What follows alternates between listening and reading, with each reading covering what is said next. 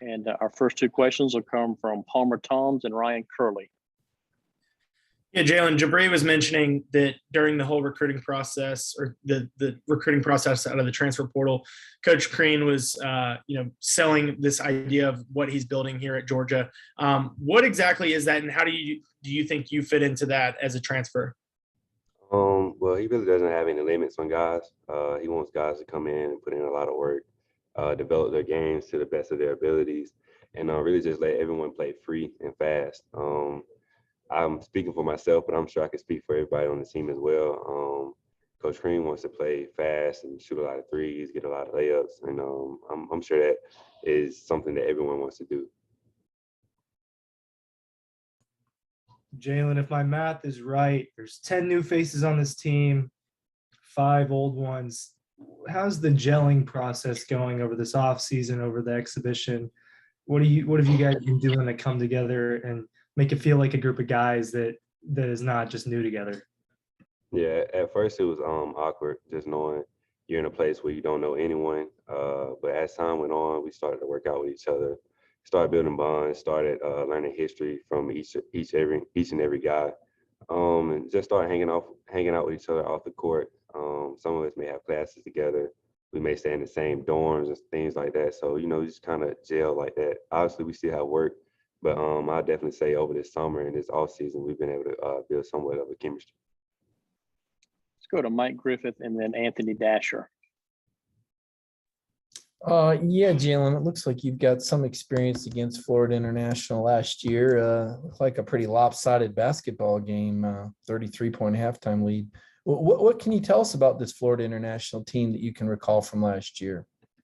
They're a big run and jump team. They definitely try to take advantage of that, speed teams up and turn them over. They also like to play fast on offense. They have a fast pace. They like to shoot a lot of threes, get up and down the court, similar to how we play here at UGA. So it's definitely going to be an exciting game. Is that forgive me for not knowing my regional rivalries there, but is that a rivalry between Florida Atlantic and Florida? How close are those campuses, and what's that culture like down there? Yeah, the campuses are about an hour apart. That's definitely the biggest rival down there. FIU is in Miami, FAU is in Boca Raton. So that crowd for football, basketball is always packed. It's going to be a good game when those two play each other. Hey, Jailyn, good to talk with you again.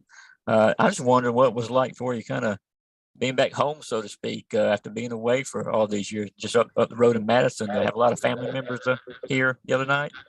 Yeah, it's definitely exciting. Over the last 5-6 years, a lot of my family haven't been able to make the trip down to Boca to see me play. It's about like a 9.5 hour drive. So they really weren't able to come to a lot of games. But now knowing like I stay right down the road, 25 minutes, they definitely try to make each and every game. And I can say I had a lot of people in the gym the other night.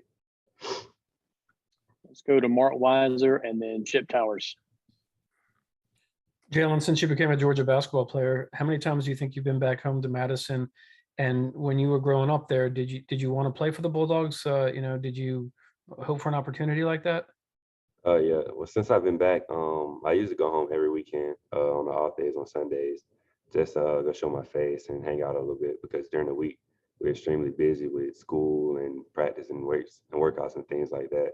And growing up, I feel like every kid from Madison, you have some dream of attending UGA, whether that's on an athletic scholarship or just an academic scholarship. So I never thought that it would happen, but once I had the chance, it was hard to turn it down.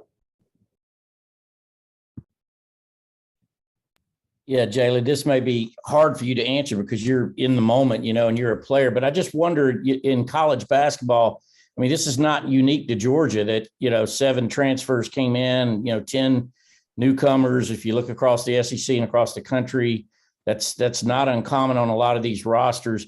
I really haven't heard a player's perspective on that. Are there concerns about them being so much movement and not staying in one place and kind of building something over time? Or is this just, this is the freedom of the United States of America and you just got to do what you got to do? Yeah, I think at first everyone kind of had questions and they were hesitant about a lot of things, but you just got to have belief in the coach and what he's trying to do. Like I had a lot of talks with Crean. He told me where he's trying to take this team, how I would fit in, what's my value on the team, and I really grasped that information that he was giving me, and just knowing how I am, I'm a veteran. I felt like I could come in and help change the culture. You know, get to some of the new guys and newer guys and younger guys, and just gel as one and basically get this thing going how he wants and how he sees fit. Thank you. Let's go to Catherine Lewis and then Vance Levy. Yeah, I know you already touched on this a little bit already, but how does that meshing on a new team transfer onto the court? And is that something that you see improving over this season in terms of playing basketball? Yeah, it's tough. Obviously, like, you know, we've been meshing in practice, but once you get on the court, it's totally different. You know, guys feel like they have to do a certain thing, or you know, they overthink the whole game. So it's definitely tough with these exhibitions, and I think that's what we've seen so far. But with each exhibition, we've got better. We're starting to find our identity as individuals and as a team. So I think the more we play against actual live opponents instead of one of another in practice, we'll be able to mesh a little bit better and the chemistry will get better. Looking at your stats, clearly you like to score, but you also like to grab your fair share of rebounds. Talk about that portion of your game and how you think that's going to help your teammates sort of seeing the value of doing all the things that make for good basketball players. Yeah, I just feel like every night you may be lacking in one category. Just got to find a way to stay on the court. The other night my shot wasn't falling, but I knew that we needed to rebound. I needed to distribute the ball. So just finding value in every other thing and not just focusing on one thing and just staying on the court and helping my team out in any way. And let's take one final question from Jack Matheson.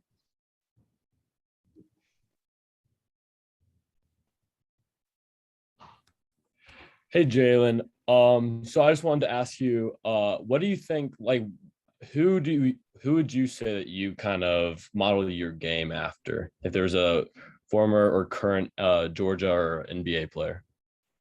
Well, I like to watch a lot of Chris Middleton.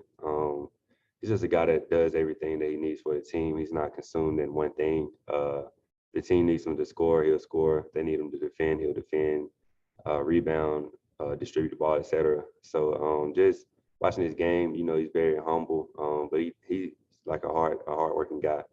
And that's who I basically model my game behind. Okay, Jailyn, thank you for your time and good luck in tomorrow's game.